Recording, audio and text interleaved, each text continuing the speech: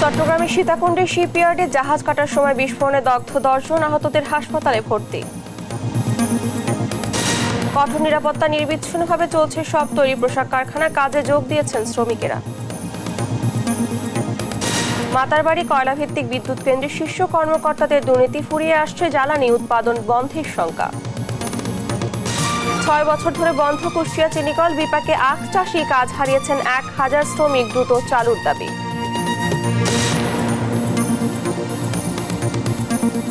আমন্ত্রণ দেশ জনপদ সংবাদে, দেখছিলেন শিরোনামগুলো, সঙ্গে আছে আমি ডানা ইসলাম। এবার থাকছে বিস্তারিত। চট্টগ্রামের সীতাকুণ্ড উপজেলার সোনাইছড়ি ইউনিয়নের একটি শিপইয়ার্ডে বিস্ফোরণ ঘটেছে, আহত হয়েছেন 12 শ্রমিক। আশঙ্কাজনক 7 জনকে পাঠানো হয়েছে ঢাকায়। পুলিশ জানায়, শনিবার বেলা 11:30টার দিকে সোনাইছড়ি ইউনিয়নের মেসার্স এস.এন. কর্পোরেশন শিপইয়ার্ডের পাম্প রুম বিস্ফোরণে ঘটনা ঘটে। এরপর সেখানে আগুন ধরে যায়। খবর পেয়ে ফায়ার সার্ভিসের কর্মীরা পৌঁছে আগুন নিয়ন্ত্রণে কাজ শুরু করে। এ ঘটনায় আহতদের চট্টগ্রাম মেডিকেল কলেজ হাসপাতালের বার্ন ইউনিটে ভর্তি করা হয়েছে। হাসপাতালের পরিচালক ব্রিগেডিয়ার জেনারেল মোহাম্মদ তসলিম উদ্দিন জানান, আশঙ্কাজনক 7 জনকে ঢাকায় পাঠানো হয়েছে।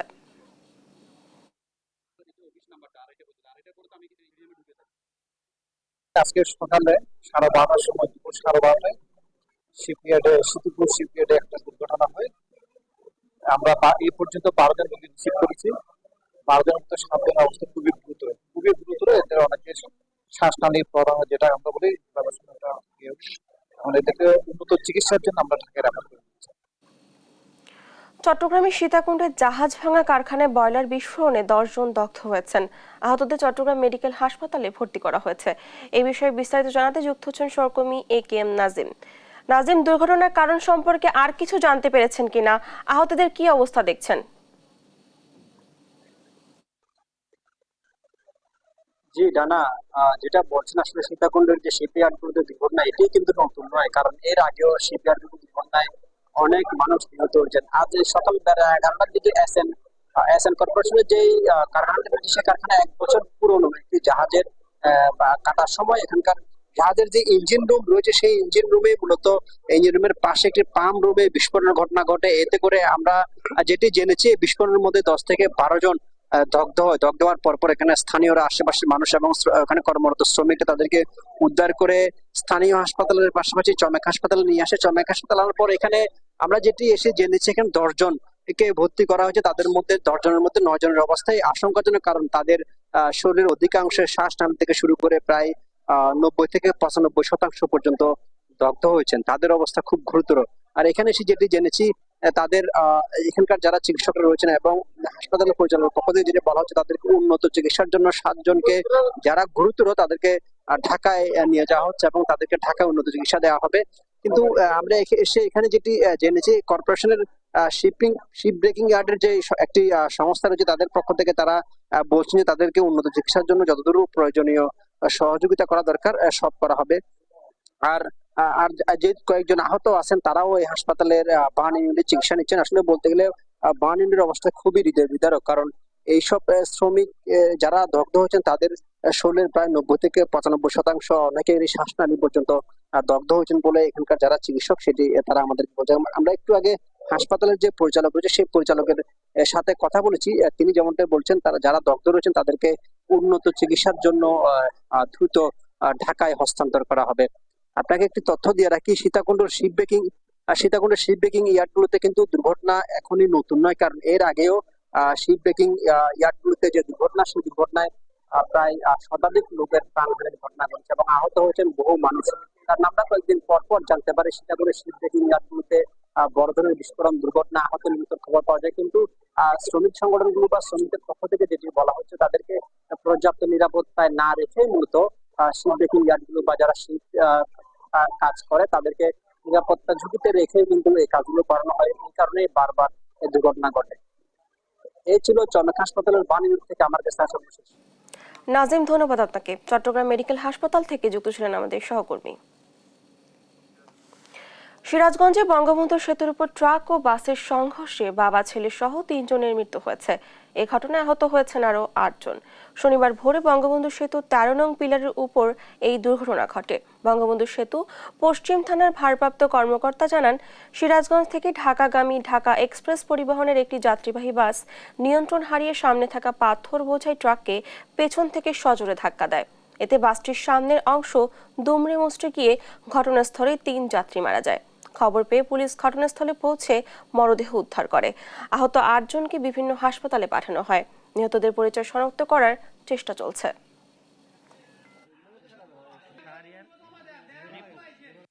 স্পটে যে অবস্থা ভাই, একজনের তো একদম অর্ধেক চলে গেছে গা, একজন 3 ডুম, একজনের স্বামী মারা গেছে। ওই আন্টি কি যে কান্দা কাটতেছে। আমি ভাই মাঝখানে ছিলাম, আমার পাশে যে ছিল সামনে গিরিল এসে তার পেটের ভেতর ঢুকে গেছে। ভাই আল্লাহ আমারে বাঁচাইছে ভাই। চাকরিতে আবেদনের বয়সসীমা 35 করার দাবিতে শাহবাগের সড়ক অবরোধ করেছে সাধারণ শিক্ষার্থীরা। এ নিয়ে আলোচনাতে যুক্ত হচ্ছেন সহকর্মী সাদাত নিশাদ। সেখানকার এখনকার কি অবস্থা দেখছেন? যান চলাচল কি বন্ধ আছে? জানাবেন আমাদের বিস্তারিত।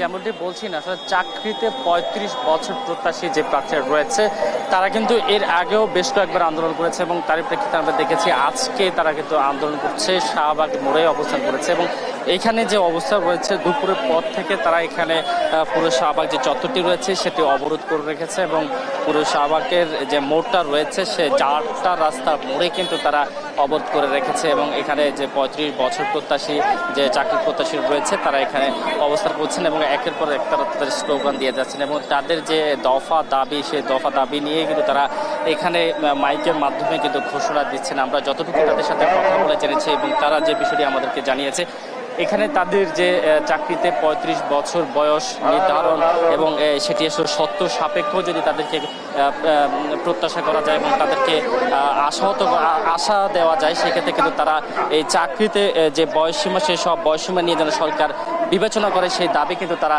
এখানে তুলছেন। আমরা এখানে দেখেছি আন্দোলনরত অনেক শিক্ষার্থীরা এখানে পুরো শাহবাগে অবস্থান নিয়েছেন। একটু যদি কয়েকজনের সাথে কথা বলে আপনাদের দাবিটা আসলে মূলত কি? বিসমিল্লাহির রহমানির রহিম। আমাদের দাবিটা হচ্ছে 35-এর দাবি। এখন আপনারা সাংবাদিক বা সাধারণ মানুষ একটা প্রশ্ন করতে পারে যে 35 কেন, পাশাপাশি হচ্ছে এখন কেন। ওকে, আমি প্রথম প্রশ্নটা উত্তর দিই। প্রথমত হচ্ছে 35টা কারণ হচ্ছে, দেখেন বাংলাদেশের যে পড়াশোনার যে পরিবেশ, এই যে অ্যাটমসফিয়ার এনভায়রনমেন্টটা, সেখানে একটা ছেলে গ্রাজুয়েশন এবং পোস্ট গ্রাজুয়েশন শেষ করে আসতে আসতে তাকে মিনিমাম 26-27 বছর লেগে যায়। এখন আমাদের ডেড লাইন কত দেওয়া আছে? 30 বছর। এখন আমরা যেভাবে পড়াশোনা করে আসি একটা সিলেবাসে, আর আমরা পরীক্ষায় গভর্নমেন্ট জবের জন্য যে পরীক্ষাগুলো দিই সেটার সিলেবাস আসলে ভিন্ন রকম। সেক্ষেত্রে আমাদের একটু প্রিপারেশন নিতে হয়। সেক্ষেত্রে অবশ্যই অনায়াসে যে কোনো মানুষ যদি সিলেবাসটা দেখে বা ফলো করে, সেক্ষেত্রে অবশ্যই তাকে আরও 1 থেকে 1.5 বছর, 2 বছর পড়াশোনা, 3 বছর পড়াশোনা করতে হয়। ধন্যবাদ আপনাকে। যেটা বলছিলেন আসলে তারা এইভাবে কিন্তু তাদের দাবিগুলো কিন্তু জানিয়েছেন। তো সবকিছু মিলে এখন শাহবাগের যে অবস্থান, এখানে কিন্তু আমরা দেখতে পাচ্ছি শিক্ষার্থীরা এখানে অবস্থান করছেন এবং তারা বিকেল 5টা পর্যন্ত আপাতত তাদের যে আন্দোলন সেই আন্দোলন চালিয়ে যাবেন বলে আমাদেরকে জানিয়েছেন এবং সমন্বয়ক যারা আছেন তারাও এখানে আসবেন বলে এমনটাই শোনা যাচ্ছে। তো ডানা, এই ছিল শাহবাগ মোড় থেকে আমার কাছে থাকা সবশেষ খবর। নিশাদ, ধন্যবাদ আপনাকে। রাজধানীর শাহবাগ থেকে যুক্ত ছিলেন আমাদের সহকর্মী। অস্থিরতা কাটিয়ে আশুলিয়া ও গাজীপুরের বেশিরভাগ তৈরি পোশাক কারখানা খুলে দেওয়া হয়েছে। সকালে কাজে যোগ দেন শ্রমিকরা। এতে নিরবিচ্ছিন্নভাবে শুরু হয়েছে উৎপাদন। নিরাপত্তায় কারখানাগুলোর সামনে অতিরিক্ত পুলিশ মোতায়েনের পাশাপাশি শিল্পাঞ্চলে সেনা টহল অব্যাহত রয়েছে। সহকর্মীদের পাঠানো তথ্য চিত্রে ফারজানা ইসলামের ডেস্ক রিপোর্ট। কিছুদিনের অস্থিরতা কাটিয়ে আবারও কারখানায় ফিরল শ্রমিকরা। শনিবার সকাল থেকেই কারখানা গেটগুলোতে শ্রমিকদের ভিড় লক্ষ্য করা যায়। নির্ধারিত সময়ে সাভার ও আশুলিয়ার অধিকাংশ কারখানায় শুরু হয় উৎপাদন। নিরাপত্তা নিশ্চিতে শিল্পাঞ্চলে কারখানাগুলোর সামনে মোতায়েন করা হয় অতিরিক্ত পুলিশ সদস্য, ছিল সেনা টহলও। তবে কয়েকটি কারখানার শ্রমিকরা বেতন বোনাসের দাবিতে কারখানা থেকে বেরিয়ে আসলে এদিন বন্ধ রাখা হয় শারমিন ও অনন্ত গার্মেন্টস। বেশি কিছু না, যেটা আমাদের পাওনা আমরা এটাই চাইছি। আমাদের হাজিরা বোনাস কম, আমাদের টিফিন বিল দিচ্ছে কম, আবার ঈদ বোনাস অর্ধেকটা দিতেছে না। ঈদ বোনাসটা আমাদের বেসিক দিতে হয়, ওদিকে আরো 14,000 টাকা বেতন হয় আর বেসিক আছে 8,000 টাকা। একটা ঈদে যদি ৮,০০০ টাকা বোনাস না পাই তাহলে কি ভালো কাটানো যায় না। মালিক শ্রমিকদের সাথে কথা বলে তাদের দাবির বিষয়ে আলোচনার কথা জানায় শিল্প পুলিশ। ওনাদের দাবি দেওয়াগুলো নিয়ে আজকে বসার কথা ছিল, ওনাদের একটু দীর্ঘসূত্রিতা বা বিলম্বের কারণে একটু উত্তেজনাকর পরিস্থিতি তৈরি হয়। আমরা ওনাদের সাথে কথা বলছি এবং ম্যানেজমেন্টের আইনে ওনাদের সাথে কথা বলাইছি। এখন মোটামুটি দেখেন সবাই শান্তিপূর্ণভাবে আলোচনা আছে। কঠোর নিরাপত্তায় গাজীপুরেও এদিন বেশিরভাগ তৈরি পোশাক কারখানায় শুরু হয় উৎপাদন। গত কিছুদিনের অস্থিরতার জন্য শ্রমিকরা দুষছেন বহিরাগত কিছু উস্কানিদাতাকে। আমরা গার্মেন্ট চালানোর জন্য সুষ্ঠু পরিবেশ চাই, যাতে পরিবেশ ঠান্ডা থাকে। টোটাল ১৫ জন ছেলে আসে, এখানে দেখা যাচ্ছে শ্রমিক পাওয়া যায় 2 জন বা 3 জন, বাদ বাকি তারা দেখা যাচ্ছে এগুলো আসলে এরা হচ্ছিল বহিরাগত। বর্তমানে খুবই আতঙ্কের মধ্যে আছি। বহিরাগত লোকজন এসে গেটের সামনে অনেক ভিড় করতেছে, অনেক লোক জামায়াত হইতেছে একসঙ্গে। শ্রমিকরা স্বতঃস্ফূর্তভাবে কাজে যোগ দেয় সন্তুষ্ট কারখানা কর্তৃপক্ষ। তুলনামূলকভাবে গত কয়েকদিনের যে অস্থিরতা, এই অস্থিরতাটা আজকে অনেকটাই কেটে গেছে। আমাদের প্রায় 100% শ্রমিক কর্মচারী আজকে কাজে যোগদান করেছে এবং বিশেষভাবে উল্লেখ্য সেটা হচ্ছে যে সেনাবাহিনী এবং বিজিবির টহল খুব জোরদার করা হয়েছে। নিয়মিত ওনারা সামনে দিয়ে আসা যাওয়া করতেছেন। ক্রয়াদেশ অনুযায়ী শিপমেন্ট নিশ্চিতে কারখানা চালুর বিকল্প দেখছেন না মালিকপক্ষ। তাই উস্কানিদাতাদের দ্রুত চিহ্নিত করে ব্যবস্থা নেয়ার পরামর্শ খাত সংশ্লিষ্টদের। ফারজানা ইসলাম, নিউজ ডেস্ক, দেশ টিভি। মাতারবাড়ি বিদ্যুৎ কেন্দ্রে জ্বালানি সরবরাহে জাপানি কোম্পানির সাথে কয়লা আমদানি চুক্তি শেষ হয়েছে গত মাসে। মজুত আছে মাত্র 1 মাসের জ্বালানি। ফলে 1200 মেগাওয়াটের 2টি ইউনিটের নির্বিচ্ছিন্ন উৎপাদনে থাকা নিয়ে দেখা দিয়েছে সংশয়। মরার উপর খাড়ার গা হয়ে দেখা দিয়েছে এই মেগা প্রকল্পের কর্মকর্তাদের সীমাহীন দুর্নীতি। উৎপাদন অব্যাহত রাখতে কয়লা আমদানির পাশাপাশি প্রকল্প এলাকায় নিরাপত্তা বাড়ানোর দাবি সচেতন মহলের। কক্সবাজার থেকে সৌরভ দেবের রিপোর্টে দেখুন বিস্তারিত। উৎপাদন বন্ধ সহ নিরাপত্তা ঝুঁকিতে পড়েছে মাতারবাড়ি কয়লা বিদ্যুৎ কেন্দ্র। 2023 সালের জুলাই ও ডিসেম্বরে প্রকল্পের 2টি কেন্দ্র চালু হয়। কেন্দ্রগুলো কমিশনিং করার জন্য জাপানের সুমিতোমো কর্পোরেশনের মাধ্যমে আনা হয় 22,05,000 টন কয়লা। চুক্তি অনুযায়ী কয়লার সর্বশেষ চালান আসে আগস্টের মাঝামাঝি সময়ে। তাদের সরবরাহ করা কয়লা থেকে আর অবশিষ্ট রয়েছে 2,80,000 মেট্রিক টন, যা দিয়ে উৎপাদন চালু রাখা যাবে আর মাত্র 1 মাস। নিয়ম অনুযায়ী সুমিতোমোর সরবরাহ করা কয়লা শেষ হওয়ার আগেই কোল পাওয়ার জেনারেশন কোম্পানি দরপত্র আহ্বানের মাধ্যমে কয়লা কেনার কথা থাকলেও শীর্ষ কর্মকর্তাদের দুর্নীতির কারণে কয়লা কেনা আটকে গেছে। আদালত পর্যন্ত গড়ানোই বিষয়টি রায়ের অপেক্ষায় বর্তমানে আপিল বিভাগে ঝুলে আছে। মাতারবাড়ি কয়লা বিদ্যুৎ কেন্দ্র সংশ্লিষ্টরা বলছেন, কয়লা না পেলে বিদ্যুৎ উৎপাদন বন্ধ করা ছাড়া উপায় নেই তাদের। 2,80,000 টনের কম বেশি কোল মজুদ আছে। তো এই কোল দিয়ে আমরা 2টা ইউনিটে চালাচ্ছি। আর আমাদের কোল প্রকিউরমেন্টের যে ওটা প্রসেস চলতেছে, কিন্তু প্রসেসটা একটু হয়ে গেছে। কোর্টে একটা মামলা অধীন আছে। 2 মাস পরে হয়তো একটা অনিশ্চিত, যদি কোল সাপ্লাই চেইনটা ঠিক না থাকে তাহলে তখন হয়তো বা আমাদের শাটডাউনের দিকে যেতে হতে পারে। এদিকে প্রকল্পের ভেতর থেকে কোটি টাকার সরঞ্জাম সরিয়ে নিচ্ছে প্রতিষ্ঠানটির শীর্ষ কর্মকর্তারা। গত 31 আগস্ট প্রকল্প পরিচালক আবুল কালাম আজাদ ও প্রধান প্রকৌশলী মনিরুজ্জামানের নির্দেশে জাহাজে করে সরিয়ে নেওয়ার সময় 15 কোটি টাকার তামার কেবল জব্দ করা হয়। আটক করা হয় এর সাথে জড়িত 5 জনকে। নিরাপত্তা কর্মকর্তারা বলছেন, শুধু 31 আগস্ট নয়, এর আগেও পস্কোর নাম ব্যবহার করে 2 কন্টেনার মালামাল গায়েব করে দেয় প্রধান প্রকৌশলী মনিরুজ্জামান। এছাড়া গত 5 আগস্টের পর স্থানীয় কিছু দুর্বৃত্ত রাতে প্রকল্প এলাকায় ঢুকে লুটপাটের চেষ্টা চালায়। ওরা যে কেবল এবং কন্টেনার নিচ্ছিল, সেখানে আপনার গেট পাসের সাথে ওদের ইনভয়েস ছিল না। তো ইনভয়েস না থাকলে তো ওটা ধরেন ওদের মালামাল, যেটা বৈধ বলা যাবে না। আমাদের কম সংখ্যক নিরাপত্তা দিয়ে কিছুটা সমস্যা হচ্ছে, কারণ অনেক দূরে দূরে পোস্টগুলো দেওয়া হচ্ছে। সেই পোস্টগুলোতে আসলে অনেক ক্ষেত্রে ওরা এলাকার কিছু দুষ্কৃতিকারী অনুপ্রবেশের চেষ্টা করে। 2023 সালে যাত্রা শুরু হওয়া এই কয়লা বিদ্যুৎ কেন্দ্র থেকে গত 31 আগস্ট পর্যন্ত জাতীয় গ্রিডে সরবরাহ হয়েছে 364,81,75,646 ইউনিট বিদ্যুৎ। সৌরভ দেব, দেশ টিভি, কক্সবাজার। 6 বছর আগে লোকসানের বোঝা মাথায় নিয়ে বন্ধ হয়ে যায় কুষ্টিয়ার ঐতিহ্যবাহী চিনিকল। চরম বিপাকে আখ চাষিরা। মানবেতর জীবনযাপন করছেন প্রায় 1000 শ্রমিক ও কর্মচারীরা। তারা বলছেন, সরকারি এই প্রতিষ্ঠানটি বন্ধ হয়ে যাওয়ায় অসহায়ত্বের মধ্যে দিন কাটাচ্ছেন তারা। নতুন সরকারের কাছে পুনরায় প্রতিষ্ঠানটি চালু করার দাবি তাদের। ইরফান ডান্নার ক্যামেরায় কুষ্টিয়া থেকে নাহিদ হাসান তিতাসের রিপোর্ট। 2020 সালে লোকসানের অজুহাত দেখিয়ে কুষ্টিয়া সুগার মিলের আকমারাই কার্যক্রম স্থগিত করে সদ্য পতন হওয়া স্বৈরাচার শেখ হাসিনা সরকার। এরপর থেকে আর আলোর মুখ দেখেনি ঐতিহ্যবাহী এই শিল্প প্রতিষ্ঠানটি।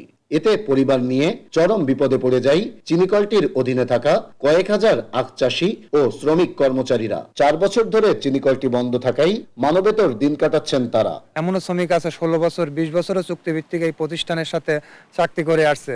এই মিলটা যখন বন্ধ হয়ে যায় তাদের আসলে কোনো জায়গায় যাওয়ার মতো কোনো জায়গা থাকে না।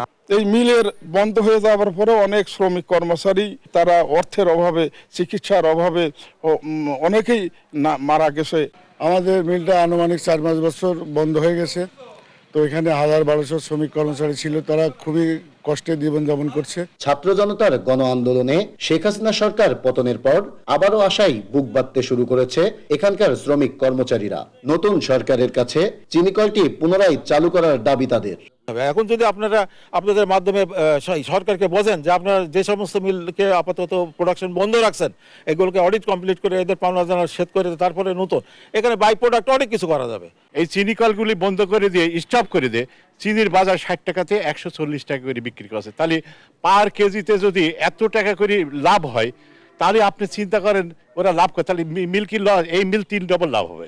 অবিলম্বে এই সুগার মিলগুলো একটা কমিটি তৈরি করে কিভাবে পুনরায় চালু করে শ্রমিক কর্মচারী আখ চাষি সবাইকে বাঁচিয়ে রেখে সোনার বাংলাদেশ গড়ার যে স্বপ্ন আমাদের জনগণ ছাত্ররা দেখেছে, সেই স্বপ্ন যাতে আমাদের বাস্তবায়ন হয়। তবে এ বিষয়ে কর্তৃপক্ষ বলছে সরকারি সিদ্ধান্তে আকমারাই কার্যক্রম স্থগিত করা হয়েছে।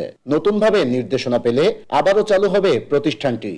আমরা বন্ধও করি নাই, আমরা সবসময় চালু করার পক্ষে, কারণ সরকারের চিঠিতে বন্ধ হয়েছে এবং সরকারের চিঠিতেই চালু হবে। সাধারণ মানুষের দাবি বন্ধ চিনিকলটি চালু করে পরিকল্পনা মাফিক চালালে লাভবান হবে সরকার, অর্থনৈতিকভাবে স্বাবলম্বী হবে এ অঞ্চলের মানুষ। নাহিদ হাসান তিতাস, দেশ টিভি, কুষ্টিয়া। সারা দেশে বন্যার পানি কমলেও কমছে না ভোগান্তি। ক্ষতিগ্রস্ত হয়েছে বসত ভিটা, কৃষিখাত ও যোগাযোগ ব্যবস্থা। দুর্গত এলাকায় দেখা দিয়েছে পানিবাহিত রোগ। সহকর্মীদের পাঠানো তথ্যচিত্রে সালমা জাহানের ডেস্ক রিপোর্ট। নোয়াখালীতে বন্যা পরিস্থিতির উন্নতি হয়েছে, তবে এখনো পানিবন্দী অন্তত 12 লাখ মানুষ। এখনো আশ্রয় কেন্দ্রে আছেন 50,000 বানভাসী মানুষ। বন্যা পরবর্তী পুনর্বাসন প্রক্রিয়া নিয়ে সমন্বয়ে কাজ করার তাগিদ সচেতন মহলের। অবকাঠামো যেটা সেগুলো পুরোটাই নষ্ট হয়েছে। এর ফলে সবচেয়ে বেশি ক্ষতি হয়েছে আসলে বাজার ব্যবস্থা। সুতরাং বাজার ব্যবস্থা যদি গড়ে তুলতে হয়, মার্কেট সিস্টেমটাকে আমরা যদি গড়ে তুলতে হয়, তার জন্য হচ্ছে এই রাস্তাঘাটগুলো দ্রুত সংস্কার করতে হবে। এদিকে লক্ষ্মীপুরে বন্যার পানি কমলেও সদর উপজেলার বেশ কিছু ইউনিয়ন ও পৌরসভার কিছু এলাকায় জলাবদ্ধতার সৃষ্টি হয়েছে। বুলুয়া, ডাকাতিয়া, রহমতখালী নদী ও ওয়াপদা খালে বাঁধ দিয়ে রাস্তাঘাট, দোকানপাট ও বাড়ি নির্মাণের কারণে পানি নামার গতি খুবই কম। কাজকাম বন্ধ, তারপরে যাই বেশি মানে গায়ে সব বেশি বাসরা ফুটি, একদম অবস্থা খারাপ। ফেনীতে প্রতিনিয়ত স্পষ্ট হচ্ছে বন্যার ক্ষয়ক্ষতির ব্যাপকতা। জেলায় অন্তত 75,000 ঘর, আবাসপত্র ও বৈদ্যুতিক সামগ্রী পানিতে তলিয়ে যায়। এতে ক্ষতিগ্রস্ত হয় 7,350টি পরিবার। আংশিকভাবে ক্ষতিগ্রস্ত হয়েছে 53,433টি পরিবার। ঘরবাড়ি মেরামত করে ঘুরে দাঁড়ানোর চেষ্টা করছেন বানভাসীরা। 20 বছর দাঁড়াবে সব নিজে আর বড় সব নিজে এমন ক্ষতি হয়েছে যে কাপড় নিয়ে বাড়িতে হয়েছে না, দাম চাইল নিয়ে বাড়িতে পাচ্ছি না, কোনো একটা জিনিস সামান ঘর থেকে একটা মুরগি বা হাঁস মুরগি যে উপরে রাখছে এটাও নিতে সময় পাইনি। ওদিকে ৩ দফার বন্যায় বেহাল দশা মৌলভীবাজারের ৭ উপজেলায় অন্তত ৩ লাখ মানুষ পানিবন্দী ছিলেন। তবে কমেনি দুর্ভোগ। ডায়রিয়া, আমাশয়, পেটে ব্যথা, জ্বরের পাশাপাশি চর্মরোগ নিয়ে ভর্তি হচ্ছেন সরকারি হাসপাতালগুলোতে। আক্রান্তদের মধ্যে অধিকাংশই শিশু। বন্যা কবলিত মানুষ, আমাদের রাস্তাঘাটে পানি, বিদায় আমার বাচ্চা অসুস্থ হয়েছে, আমরা হসপিটালে নিয়ে আইছি। এই যে আমার চুলকা যে হরে এর কারণে আমি হসপিটালে ভর্তি হয়েছি। আশায় মানুষ দেখা এটাকে ভাই দীর্ঘদিন পানি আছে, পানির কারণে আমার মা অসুস্থ থাকার কারণে আমি মৌলভীবাজার হসপিটাল সদরে ভর্তি হয়েছি। দুর্যোগ কাটিয়ে আবারও ঘুরে দাঁড়ানোর সংগ্রাম করছেন বন্যা কবলিত মানুষরা। সালমা জাহান, নিউজ ডেস্ক, দেশ টিভি।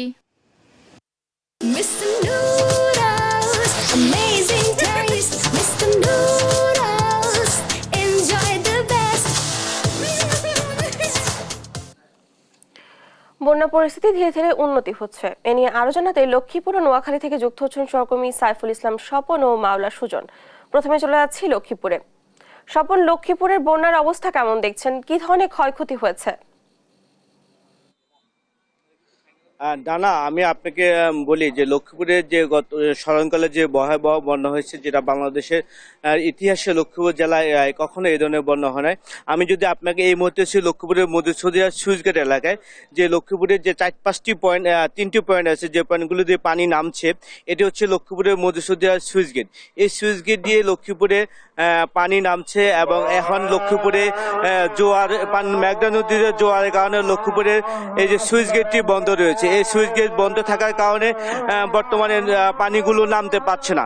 এবং লক্ষ্মীপুরে যে দুটি সুইচ গেট রয়েছে এবং হাজিমোড়ে একটি সুইচ গেট রয়েছে, এই সুইচ গেটগুলোতে প্রতিদিন 2 বার জোয়ারের কারণে 8 থেকে 7 ঘন্টা বন্ধ থাকে। এই বন্ধ যখনই 8 থেকে 7 ঘন্টা বন্ধ থাকে, তখনই এই যে বন্যা পানিগুলো মেঘনা নদীতে যেতে পারছে না।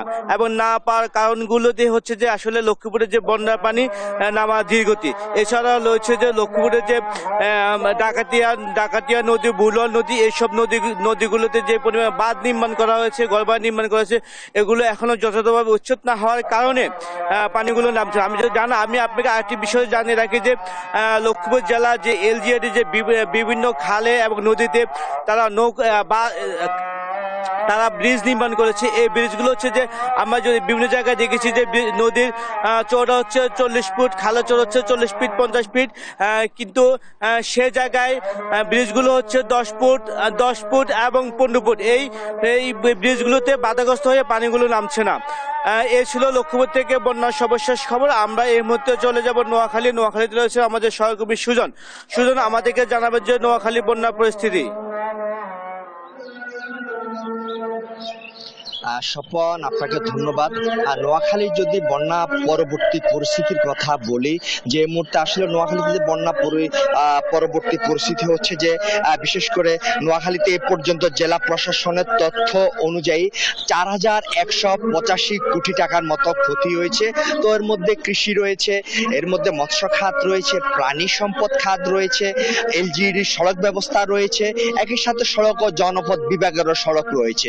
তো সবচেয়ে বেশি যে খাতটি যে মানুষের মনে দাগ কেটেছে সেটি হচ্ছে জেলার মৎস্য খাত।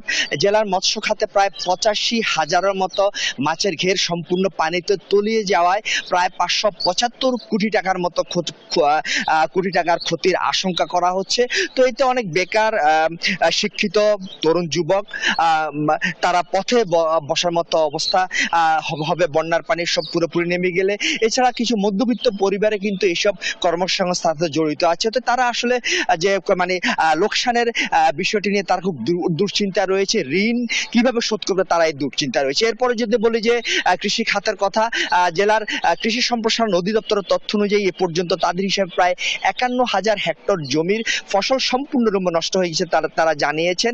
তো এই ক্ষতির পরিমাণ আরো বাড়তে পারে যখন পুরোপুরি যখন পানি নেমে যাবে। তো এতে যে সামনে আমন মৌসুম রয়েছে, আমন মৌসুমে একটা আমন ধানের সংকট দেখা দিতে পারে। পারে। একই সাথে যে মৌসুমী যে সবজি, এই সবজির একটা সংকট দেখা দিতে পারে বাজারে। তো একই সাথে জেলা প্রাণী সম্পদ অফিস জানিয়েছে জেলা প্রাণী সম্পদ খাতে জেলা যে বিশাল ক্ষতি হয়েছে। আসলে সেসব ক্ষতি পুষিয়ে নেওয়া অনেকটা অসম্ভব ব্যাপার হয়ে দাঁড়িয়েছে অনেকে। তো জেলা ত্রাণ ও দুর্যোগ ব্যবস্থাপনা সূত্রে যেটি জানতে পেরেছি, এ পর্যন্ত জেলাতে 1,54,925টি ঘর বিধ্বস্ত হয়েছে। এর মধ্যে 8,453টি সম্পূর্ণ এবং 1,46,472টি ঘর আংশিক ক্ষতিগ্রস্ত হয়েছে। তো এই হচ্ছে নোয়াখালীর বন্যা পরবর্তী অবস্থা নিয়ে আমার কাছে সর্বশেষ। ডানা, ধন্যবাদ আপনাদেরকে। নোয়াখালী ও লক্ষ্মীপুর থেকে সেখানকার বন্যা পরিস্থিতির ক্ষয়ক্ষতি নিয়ে জানাচ্ছিলেন আমাদের সহকর্মীরা। বরিশাল নগরীর উন্নয়ন ও সংস্কার কাজে নিজেদের পছন্দের ঠিকাদার নিয়োগ দিতেন চাচা ভাতিজা খ্যাত সদ্য সাবেক 2 মেয়র। এসব ঠিকাদারদের মাধ্যমে লোপাট করা হতো কোটি কোটি টাকা। অন্যদিকে অপছন্দের অনেক ঠিকাদারদের পাওনা বিল আটকে করতেন হেনস্থা।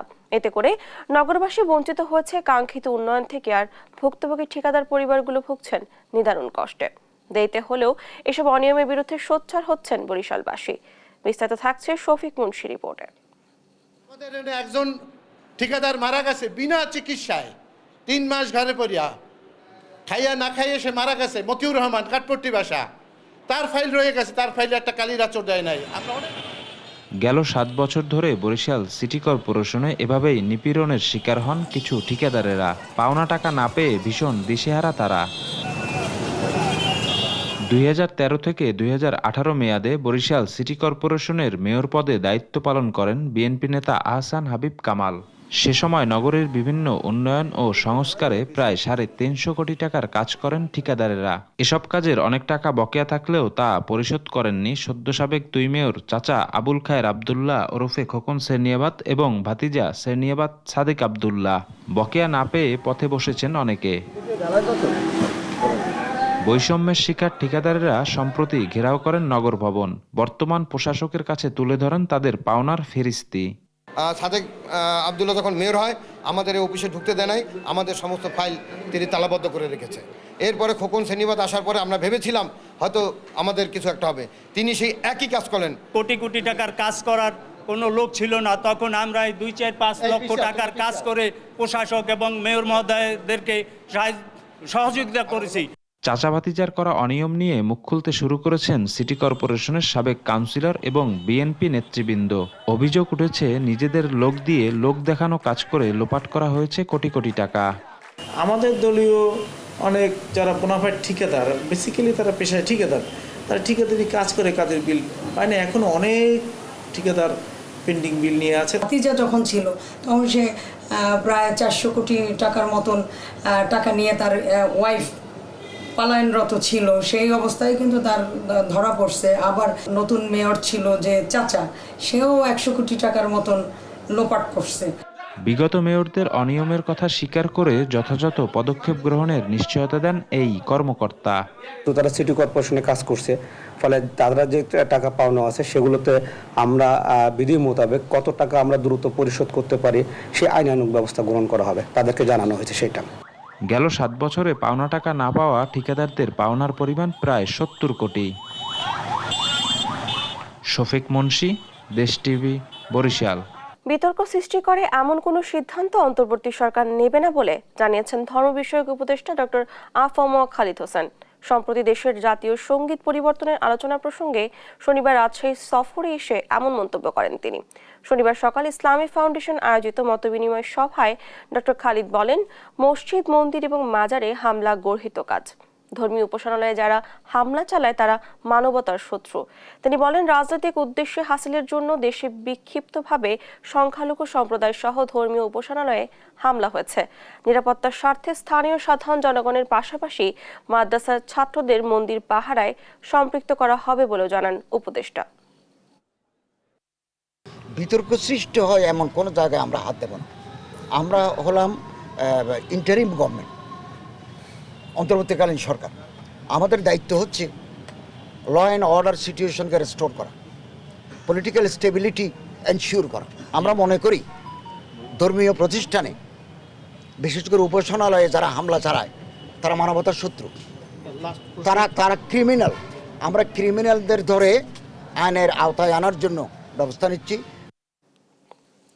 সব মামলা মোকদ্দমা নিষ্পত্তি করে মুক্তিযোদ্ধাদের তালিকা যাচাই বাছাইয়ের প্রক্রিয়া শুরু হবে বলে জানিয়েছেন দুর্যোগ ব্যবস্থাপনা মুক্তিযুদ্ধ বিষয়ক উপদেষ্টা ফারুকী আজম। বলেন, মুক্তিযোদ্ধাদের বিষয়টি সুরাহা করার জন্য সর্বাত্মক চেষ্টা করা হবে যাতে সত্যিকারের মুক্তিযোদ্ধারা সম্মানিত হন। দুপুরে হবিগঞ্জে শায়েস্তাগঞ্জে ধোলাই নদীর ঝুঁকিপূর্ণ বাঁধ পরিদর্শন শেষে এ কথা জানান তিনি। এক প্রশ্নের জবাবে উপদেষ্টা বলেন, বন্যায় ক্ষতিগ্রস্তদের পুনর্বাসন প্রক্রিয়া শুরু হয়েছে।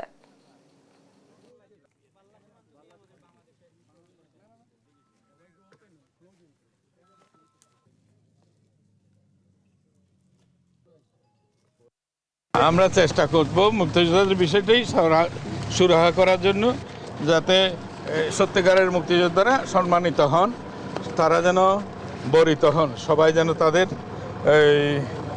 যে যুদ্ধের অবদানটা স্মরণীয় বরণীয় করে তারা রাখতে পারে। নরসিংদী জেলা কারাগার থেকে লুট হওয়া একটি শটগান, চাইনিজ রাইফেলের 2টি ম্যাগাজিন ও একটি ট্রিগার মেকানিজম উদ্ধার হয়েছে নরসিংদী সেনা ক্যাম্পের 2টি আভিযানিক দল।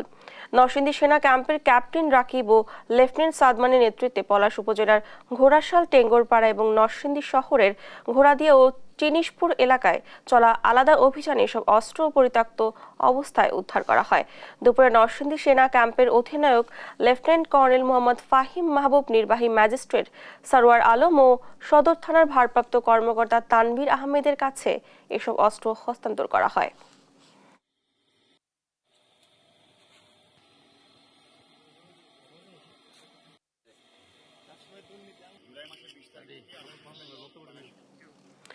এ পর্যায়ে দেশ জনপদ সংবাদ শিরোনামগুলো জানিয়ে দিচ্ছি আরেকবার।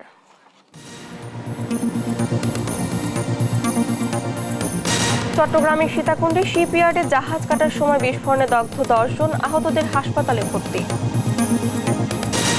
কঠোর নিরাপত্তা, নিরবিচ্ছিন্নভাবে চলছে সব তৈরি পোশাক কারখানা, কাজে যোগ দিয়েছেন শ্রমিকেরা। মাতারবাড়ি কয়লা ভিত্তিক বিদ্যুৎ কেন্দ্রের শীর্ষ কর্মকর্তাদের দুর্নীতি, ফুরিয়ে আসছে জ্বালানি উৎপাদন বন্ধের শঙ্কা। 6 বছর ধরে বন্ধ কুষ্টিয়া চিনিকল বিপাকে আখ চাষী, কাজ হারিয়েছেন 1000 শ্রমিক, দ্রুত চালুর দাবি। এই ছিল এখনকার দেশ জনপদ সংবাদ। পরের বুলেটিন দেখার আমন্ত্রণ রইল। এছাড়া দেশ টিভির সর্বশেষ সব খবর পেতে ভিজিট করুন www.desh.tv। ফেসবুকে আমাদের সঙ্গেই যুক্ত থাকুন দেশ টিভি অথবা দেশ টেলিভিশন পেজে। সর্বশেষ সব ভিডিও পেতে ইউটিউবে আমাদের হ্যান্ডেল @দেশ টেলিভিশন অথবা @দেশ টিভি নিউজ থেকে সার্চ করুন। ধন্যবাদ সবাইকে।